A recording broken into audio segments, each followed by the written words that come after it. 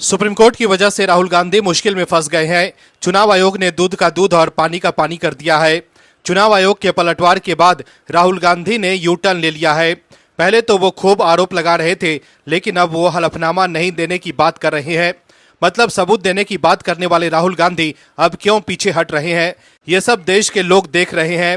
राहुल गांधी जो भी आरोप लगाएं, लेकिन सुप्रीम कोर्ट ने एसआईआर पर रोक न लगाकर विपक्ष को बोलने लायक भी नहीं छोड़ा है। लेकिन फिर भी विपक्ष के लोग एसआईआर पर रोक लगवाने की मांग कर रहे हैं।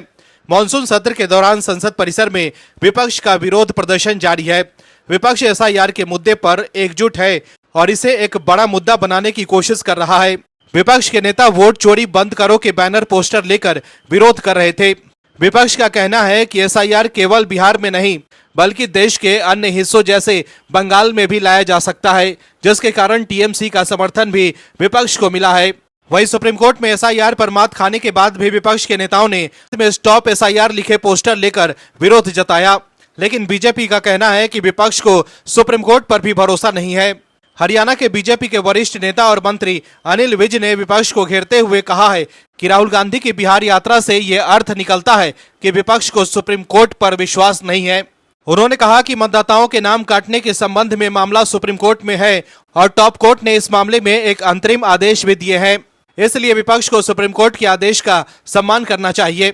दर्शकों, एसआईआर पर सुप्रीम कोर्ट में मात खाने के बाद भी राहुल गांधी बिहार में एसआईआर को लेकर निशाना साध रहे हैं।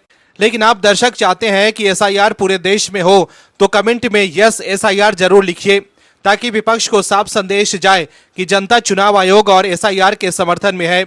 इस खबर में आगे आपको बताएंगे सब कुछ डिटेल में कि कैसे विपक्ष हो गया है एक्सपोज और कैसे कांग्रेस में घमासान मच गया है। तो बने रहिए हमारे साथ अंत तक और देखिए हमारी ये खास रिपोर्ट। कांग्रेस के नेता राहुल गांधी अब चौतरफा घिरते जा रहे हैं। चुनाव आयोग ने जिस तरह से राहुल गांधी को जवाब दिया है, उसके बाद विपक्ष में खलबली मच गई है। चुनाव आयोग ने राहुल गांधी के आरोपों पर चुन चुनकर जवाब दिया है, जिसके बाद कांग्रेस सवालों के घेरे में है। चुनाव आयोग ने चैलेंज भी दिया है कि अगर सबूत है तो वो 7 दिन के भीतर हलफनामा दे, नहीं तो देश से माफी मांगे। वहीं अब चुनाव आयोग ने एक बड़ा खुलासा कर राहुल गांधी को बैकफुट पर ला दिया है और अब राहुल गांधी की सियासी समझ पर भी सवाल उठने लगे हैं। दर्शकों, राहुल गांधी नेता प्रतिपक्ष है और कांग्रेस इस देश का सबसे पुराना दल है, लेकिन ये सवाल उठ रहा है कि ये दोनों ही दल और व्यक्ति अपने पद और इतिहास के साथ अन्याय तो नहीं कर रहे हैं। कांग्रेस के पास एक लंबा अनुभव है कि कैसे देश का शासन चलता है और संस्थाएं कैसे काम करती है, लेकिन कांग्रेस को तो भ्रम फैलाने से ही फुर्सत नहीं है, तो वो बाकी काम कब करें। अब वो मुद्दा उठा रहे थे लेकिन वो एक्सपोज हो गए हैं। वही चुनाव आयोग पर वोट चोरी और वोटर लिस्ट में गड़बड़ी के विवादों के बीच विपक्षी दलों का इंडी गठबंधन मुख्य चुनाव आयुक्त को उनके पद से हटाने के लिए महाभियोग प्रस्ताव लाने पर विचार कर रहा है। विपक्षी दल इस मुद्दे पर चर्चा कर रहे हैं। विपक्षी पार्टियों द्वारा ये कदम रविवार को चुनाव आयोग द्वारा प्रेस कॉन्फ्रेंस के बाद लिया गया है। ऐसे में आप समझ सकते हैं कि चुनाव आयोग के प्रेस कॉन्फ्रेंस के बाद विपक्षी दल कैसे तिलमिलाए हुए हैं। मीडिया रिपोर्ट के मुताबिक चुनाव आयोग से विवाद के बीच विपक्षी दलों का इंडी गठबंधन मुख्य चुनाव आयोग ज्ञानेश कुमार को हटाने पर विचार कर रहा है। इसके लिए जल्द ही संसद में महाभियोग प्रस्ताव पेश कर सकता है, लेकिन विपक्ष अपने इस फैसले को लेकर भी मात खा सकता है। सबसे पहले ये समझना जरूरी है कि मुख्य चुनाव आयुक्त का पद एक बड़ी संवैधानिक अथॉरिटी है, जिस पर भारत में स्वतंत्र और निष्पक्ष चुनाव सुनिश्चित करने की अहम जिम्मेदारी है। इस पद की स्वतंत्रता और स्वायत्तता की रक्षा भारतीय लोकतंत्र के लिए जरूरी है और इसलिए भारत के संविधान में मुख्य चुनाव आयुक्त को हटाने के लिए काफी जटिल प्रावधान है, जो सुप्रीम कोर्ट के जज को पद से हटाने की तरह ही है। दर्शकों, राहुल गांधी आरोप तो लगा रहे हैं लेकिन हलफनामा नहीं दे पा रहे हैं। लेकिन चुनाव आयोग के प्रेस कॉन्फ्रेंस के बाद विपक्ष की बेचैनी बढ़ गई है। लेकिन एसआईआर पर विपक्ष को सुप्रीम कोर्ट से झटका लग चुका है। विपक्ष के लोग एसआईआर पर रोक लगवाने के लिए सुप्रीम कोर्ट गए थे, लेकिन टॉप कोर्ट ने उनकी बात नहीं मानी और एसआईआर को सही बता दिया। वहीं राहुल गांधी ने मतदाता सूची में बड़े पैमाने पर धांधली का आरोप लगाया था। उन्होंने कहा था कि मकान नंबर 0 होने और पिता का नाम XYZ है, लेकिन चुनाव आयोग ने राहुल गांधी के इस आरोप पर करारा जवाब दिया है। मतदाताओं के पते में 0 नंबर क्यों है, इसको लेकर चुनाव आयोग ने कहा है कि मकान नंबर 0 का मतलब फर्जी मतदाता नहीं है। देश में ऐसे करोड़ों वोटर्स हैं जिनके पते में 0 नंबर है। उन्होंने कहा कि हर पंचायत में मकान नंबर नहीं होता है। चुनाव आयोग ने कहा कि वोटर बनने के लिए मकान होना जरूरी नहीं होता। मुख्य चुनाव आयुक्त ज्ञानेश कुमार ने यह भी कहा कि ऐसे कई वोटर्स हैं जो सड़कों पर सोते हैं।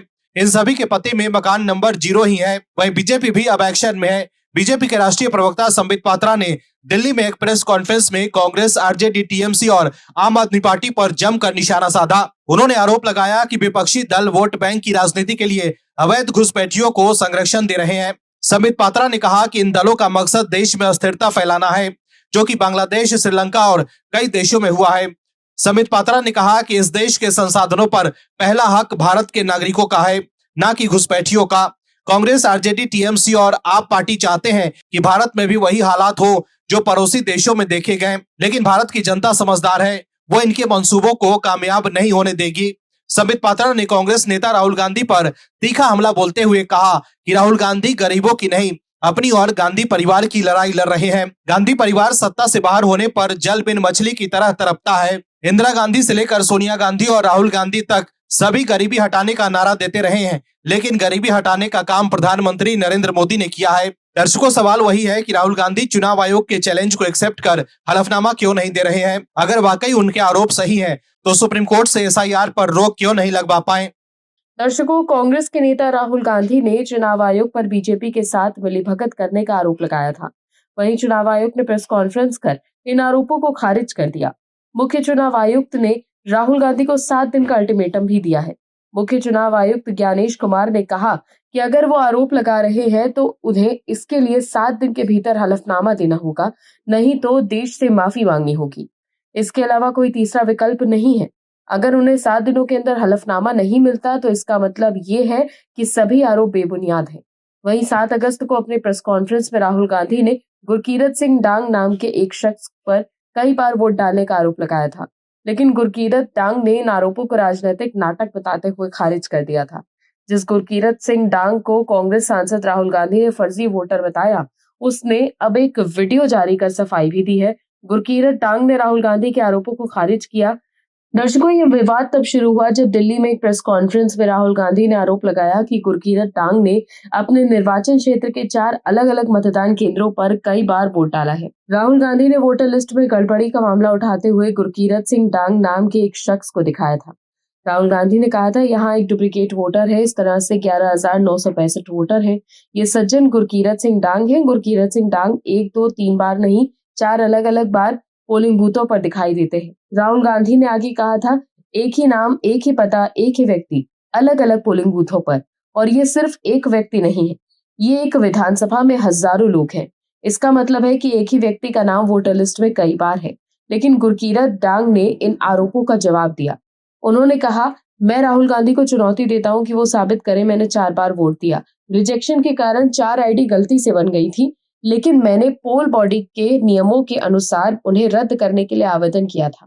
गुरकीरत डांग ने यह भी कहा कि मेरे परिवार को परेशान किया जा रहा है। उन्होंने ये भी कहा कि यूट्यूब क्रिएटर्स के खिलाफ मानहानि का मुकदमा करेंगे।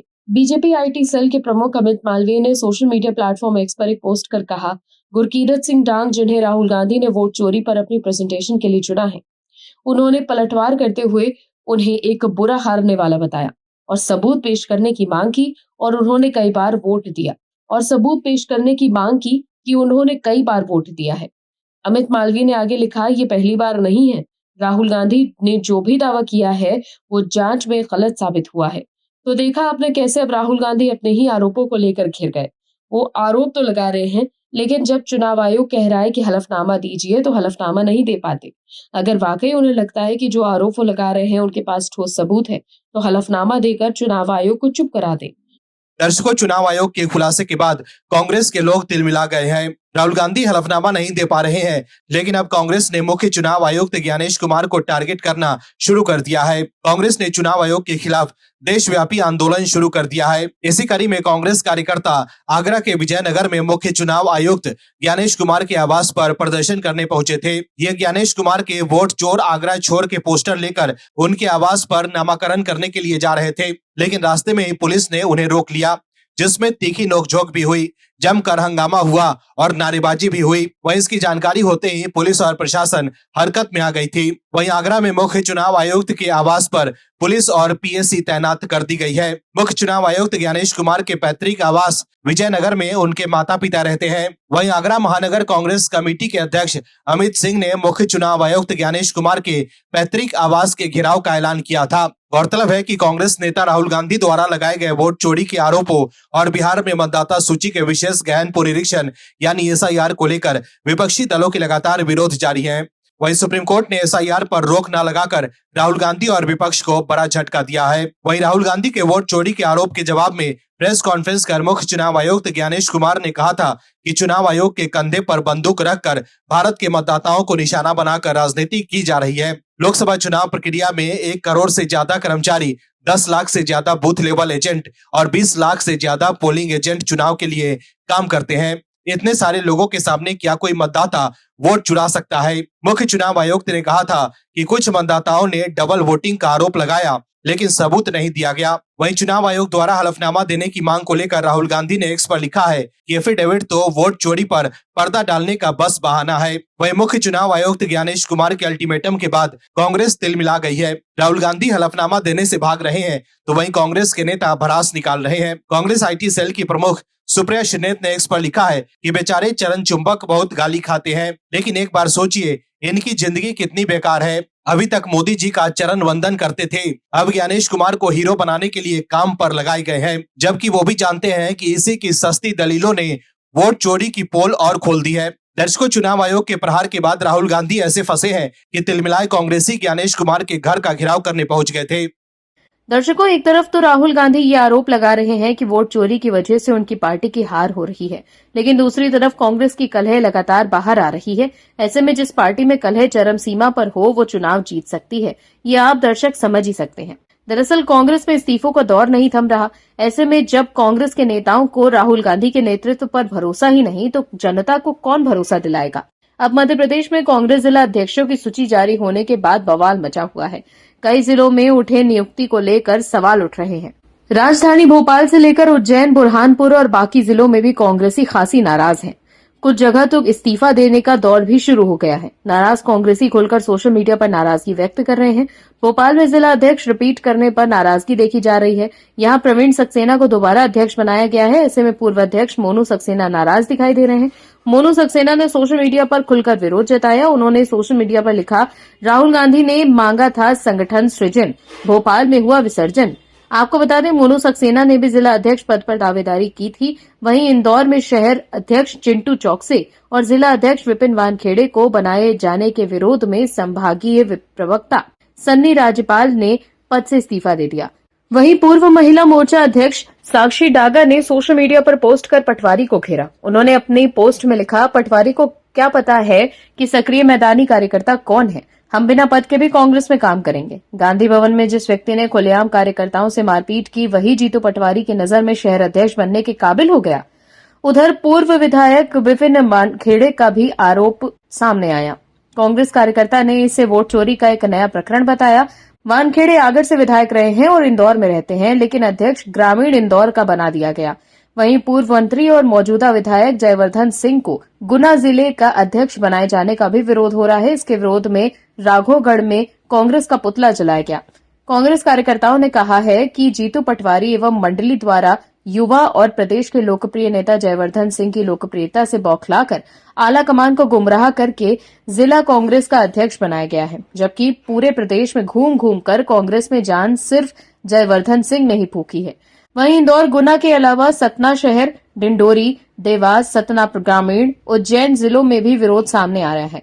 कुल मिलाकर देखें तो जिला स्तर पर कांग्रेस में जबरदस्त कलह है। समझने वाली बात है कि किसी पार्टी की जीत में जमीनी कार्यकर्ता अहम रोल निभाते हैं। ऐसे में जब तक पार्टी जिला स्तर पर मजबूत नहीं होगी तब तक किसी पार्टी के लिए जीत पाना काफी मुश्किल है। लेकिन कांग्रेस में तो जिला स्तर पर नेता पद के लिए आपस में ही लड़ाई हो रही है। ऐसे में पार्टी कैसे चुनाव जीत पाएगी? ऐसे में हार के लिए चुनाव आयोग को जिम्मेदार ठहराने से पहले राहुल गांधी को पार्टी को एकजुट करने पर ध्यान देने की जरूरत है। Bureau report, MH news. आप दर्शकों से विनम्र निवेदन है कि चैनल को सब्सक्राइब जरूर करें